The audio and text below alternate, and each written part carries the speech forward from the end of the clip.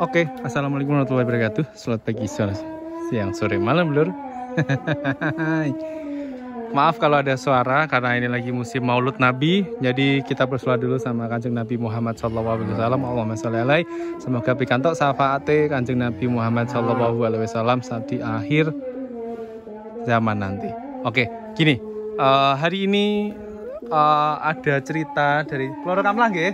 Nah, niku beliau yang punya cerita sukses dari jenengan asmane sinten kok supaya? Pak Suhar, cerita sukses dari Pak Suhar.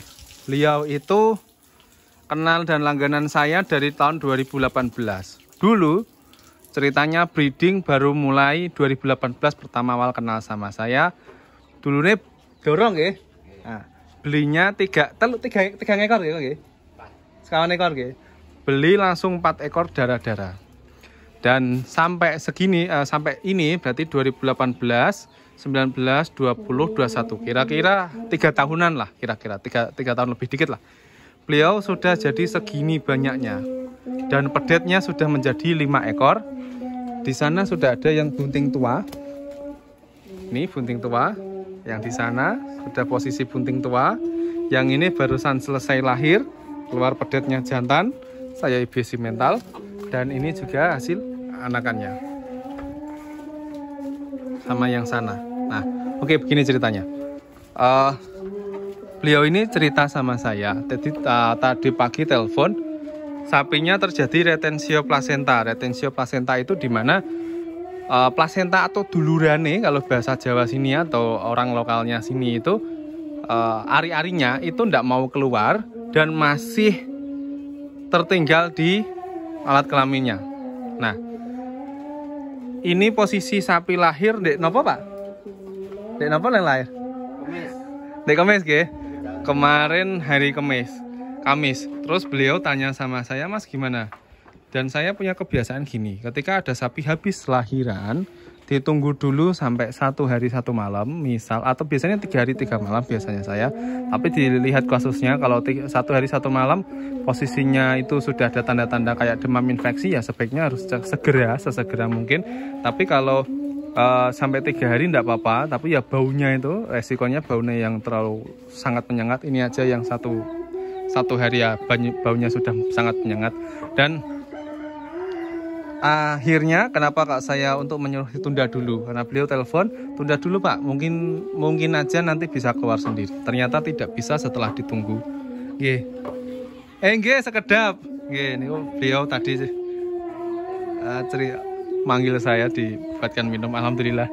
Terus kemudian terjadilah yang namanya retensio placenta. Apa itu retensio placenta? Retensio placenta itu adalah ari-ari atau dulurane itu tidak mau keluar. Penyebabnya apa? Itu biasanya definisi atau kekurangan vitamin A dan E gitu biasanya. Karena gini, otot tendonnya itu biasanya masih melekat di area uterusnya ketika saat bunting.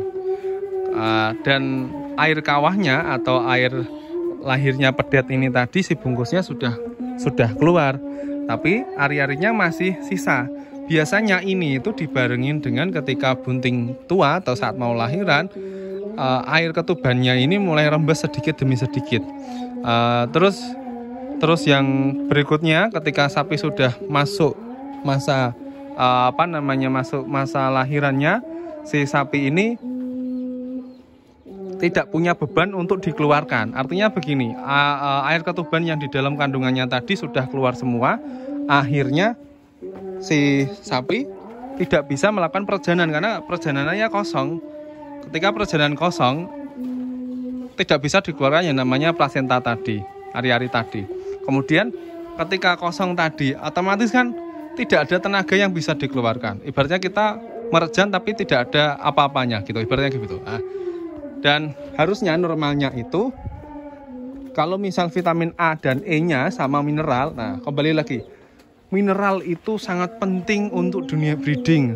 Bukan saya maksud untuk promosi produk saya, bisa cek di video saya yang lama-lama. Tapi memang sangat penting karena di mineral itu penting sekali, ada kalsium, ada mineral makro, ada mineral mikro, ada makronya, ada vitamin A, D, E-nya, ada kalau produk saya ada vitamin B kompleksnya juga sama, itu bisa untuk membantu. Jadi gitu.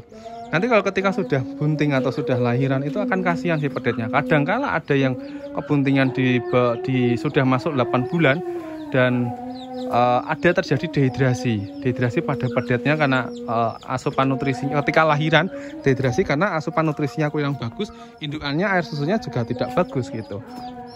Oke, balik lagi. Karena tadi sudah saya tanganin, alhamdulillah bagus. Itu kan dengan beberapa metode. Nah, untuk teman-teman di kandang, misal jauh dari petugas, apa yang perlu kita lakukan? Cek dulu badannya panas enggak. Ketika ada panas berarti ada infeksi. Ketika ada infeksi berarti bahaya. Kalau sudah seperti itu, pertolongan pertama kasih gula merah, kunir itu meringankan inflamasinya, terus meredakan panasnya, terus kasih bawang putih, kunir sama temulawak sama bawang putih gitu kan. Itu untuk pertolongan pertamanya. Terus untuk yang berikutnya, misal seandainya jauh dari petugas, saya tidak menyarankan, tapi kalau misal jauh dari petugas, untuk dari plasenta atau ari-ari yang masih gemantung di alat kelaminnya, itu kasih beban sekitar batu kira-kira 1/4 kilo.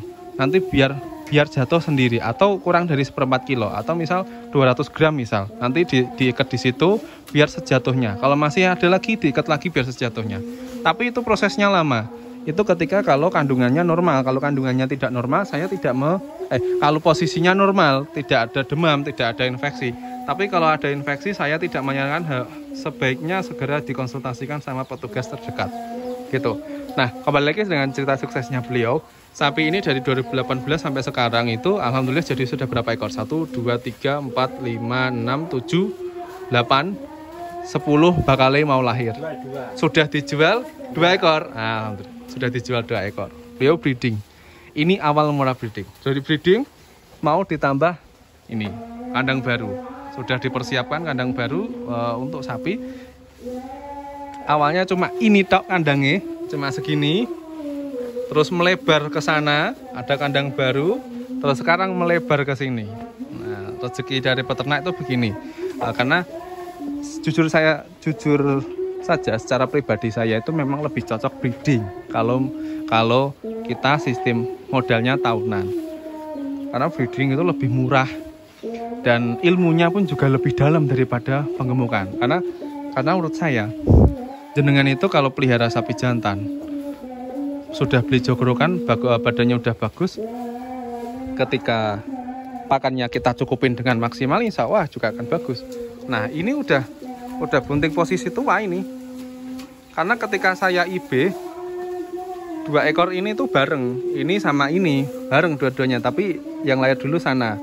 Yang ini sudah ledok, nyangklongi bahasa kita, atau terjadi tarikan di sini antara perbatasan tulang ekor tuh ada kayak cekungan itu. Nah, biasanya itu pedet sudah mulai besar, bebannya sudah mulai tinggi, terus pedet sudah mau masuk, bahasa kita bahasa manusianya dipanggul karena kepalanya sudah posisi ke belakang atau ke depan gitu kan. Nah, untuk model yang begini akhirnya teman-teman kan pada bingung, Mas. Sapiku tak kawin bolak-balik gak jadi. Memang rezekinya di situ kalau sapi breeding itu. Kita sistemnya seperti beliau aja. Beliau itu diselangi dengan pejantan ini. Pejantan ini kan hasil IB juga. Tapi ketika misal ada yang nggak jadi, yang pejantannya ini bisa digemukkan dan untuk dijual. Kalau misal ada kepepetnya di jalan, begitu. Jadi tidak semuanya saya menyarankan untuk breeding semua, enggak. Tapi ada beberapa ekor yang harus kita persiapkan. Ada kebutuhan mendesak. Jadi misal kita jual nggak eman-eman. Nah, kayak yang ini kemarin beliau sudah di IB, tapi yang IB teman saya ketika beliau telepon, saya lagi sakit, lagi demam, posisi lagi pilek, habis vaksin 3 bulan yang lalu. Terus ini kayaknya birahi lagi karena ada bekas lendirnya di sini.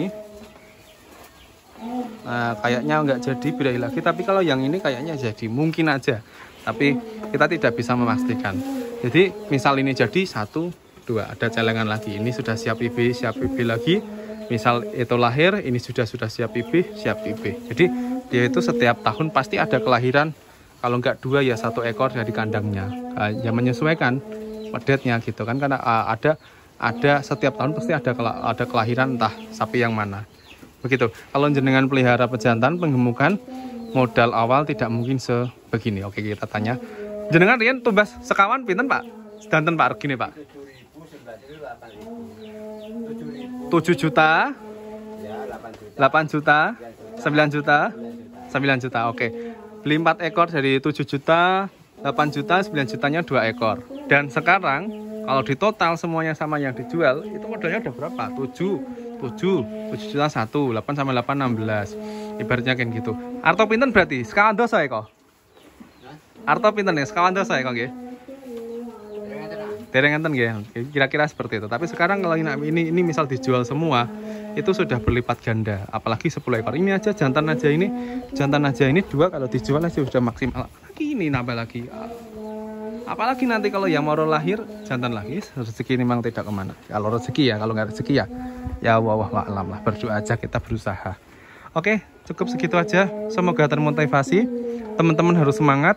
Kalau teman-teman ada yang butuh mineral atau kalsium atau premik, bisa hubungi di deskripsi saya atau di video saya yang kemarin. Kalau misal barangnya habis, dipantau aja karena saya itu sistem produksinya masih manual, jadi masih partai kecil di bawah 100 kilo. Nah, jadi seandainya kalau ada pesanan ya mohon untuk ditunggu. Kalau misal belum mencukupi, nanti ditunggu hari berikutnya.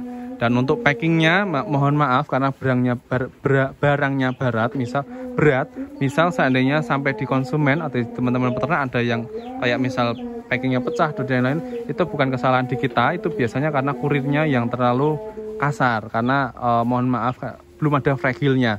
Ketika saya mau kasih fragil, itu ongkosnya nanti kasihan di teman-teman akan makin tambah mahal lagi. Tapi menurut saya, saran saya, belilah produk misal cocok dengan produk saya, pakai kargo aja. Misal kayak JNT kargo atau JNT kargo itu lebih murah karena per kilonya lebih murah. Oke, segitu aja. Terima kasih. Assalamualaikum warahmatullahi wabarakatuh. Sampai jumpa.